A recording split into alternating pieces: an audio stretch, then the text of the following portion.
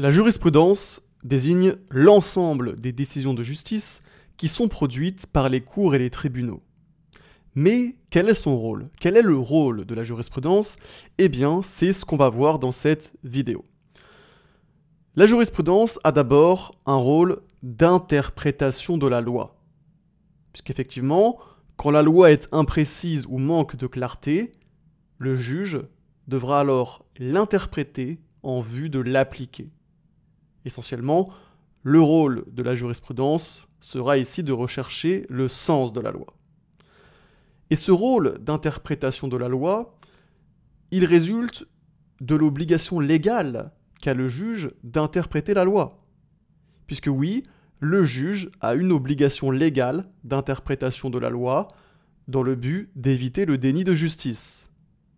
Et cette obligation d'interprétation de la loi, elle résulte de l'article 4 du Code civil, qui dispose que le juge qui refusera de juger sous prétexte du silence, de l'obscurité ou de l'insuffisance de la loi, pourrait être poursuivi comme coupable de déni de justice. Ainsi, le manque de clarté ou de précision de la loi ne peut pas constituer une excuse pour le juge. Celui-ci doit juger l'affaire qui lui est soumise, même si la loi est mal écrite, peu claire ou imprécise sur la question juridique qui lui est posée. Et pour interpréter les textes de loi, les juges utilisent divers procédés. On peut citer d'abord l'interprétation par analogie. Il s'agit d'étendre une règle à une situation semblable à celle pour laquelle la règle a été créée initialement. Donc, on étend une règle à une situation semblable à celle pour laquelle la règle a été créée initialement. Il y a aussi, par exemple, l'interprétation a fortiori. Ici, il s'agit de dégager une vérité d'une autre vérité déjà admise, mais avec plus de force. Donc, si une solution de droit est prévue pour un cas particulier, le juge l'appliquera pour un cas d'espèce plus net que le cas particulier. Et puis on a aussi l'interprétation a contrario, et en vertu de l'interprétation a contrario, si une règle s'applique quand certaines conditions sont remplies, il peut être déduit que la règle inverse s'applique lorsque les conditions ne sont pas remplies. Et puis au-delà de ce rôle d'interprétation de la loi, la jurisprudence a aussi un rôle dans la création du droit. Puisqu'on l'a dit, en application de l'article 4 du Code civil, le juge a l'obligation légale de statuer sur l'affaire qui lui est soumise. Dès lors, il doit juger l'affaire, même si la loi est incomplète ou même silencieuse sur la question juridique qui lui est soumise.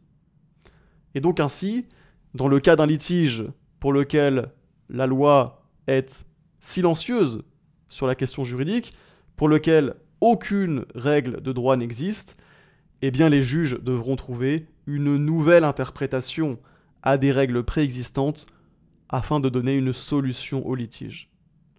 Et en particulier, la Cour de cassation ou le Conseil d'État, qui sont les juridictions suprêmes respectivement de l'ordre judiciaire et de l'ordre administratif, pourront rendre ce qu'on appelle un arrêt de principe, c'est-à-dire un arrêt qui tranche pour la première fois une question juridique donnée et qui exprime une solution de portée générale ayant vocation à orienter à l'avenir les juges confrontés à des situations juridiques similaires.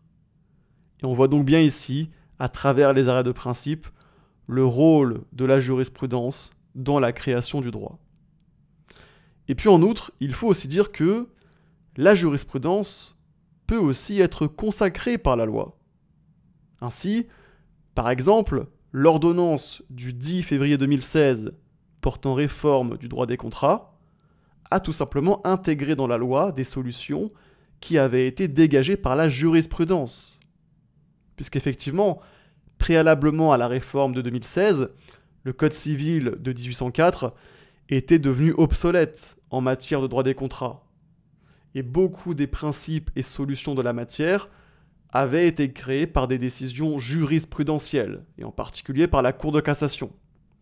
Et donc, la réforme a simplement repris ces solutions et les a insérées dans la loi afin de leur donner une valeur légale et de renforcer ainsi la sécurité juridique. Et là encore, on voit donc bien ici que les juges jouent un rôle dans la création du droit. Voilà, ceci étant dit, si vous regardez cette vidéo, c'est probablement parce que vous étudiez la matière Introduction au droit, ou bien Introduction générale au droit, ou encore Introduction au droit civil. Le nom de la matière dépend des universités. Mais toujours est-il que si vous étudiez cette matière Introduction au droit, je vous recommande fortement de vous procurer mon pack de fiches de révision en Introduction au droit, qui est un pack qui comprend 20 fiches de révision qui sont claires et synthétiques et qui résument parfaitement la matière Introduction au droit. C'est donc un pack de fiches qui va vous aider à réviser efficacement cette matière, qui va également vous aider à mieux comprendre cette matière. Et si ça vous intéresse, vous avez le lien dans la description de cette vidéo. Ceci étant dit, cette vidéo est maintenant terminée, j'espère qu'elle vous aura été utile. Si c'est le cas, n'oubliez pas de mettre un like à cette vidéo, ça m'aide à faire connaître mon travail à plus de monde. Et sur ce, on se dit à très bientôt pour une prochaine vidéo.